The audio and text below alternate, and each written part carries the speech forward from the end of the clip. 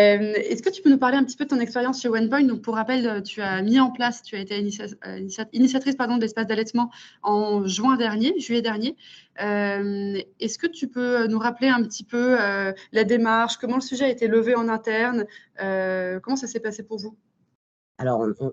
on était vraiment dans une réflexion sur toute notre stratégie sur la question de l'égalité professionnelle entre les femmes et les hommes.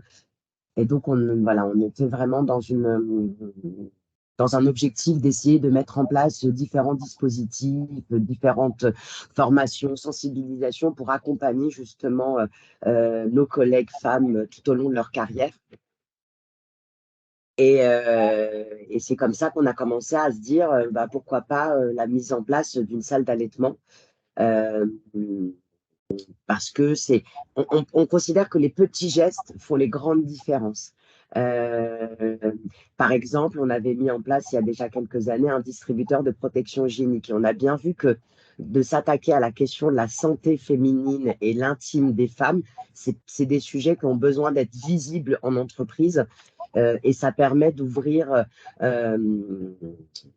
de faire en sorte que ces sujets soient pas traités, soient traités différemment, mais surtout que ça soit concret en réalité, parce que on est tous, on a tous envie de bien faire, on a tous envie de faire en sorte que cette égalité soit une égalité réelle, mais ça passe parfois par des petites choses, et c'est vrai que allaiter au travail, euh, il semble que ça change, voilà, ça change le regard aussi de nos collègues. C'est ça qui est intéressant. Ça répond à un besoin, mais je sens bien que pour nos collègues, ça a changé leur regard et ça a attisé une certaine forme de curiosité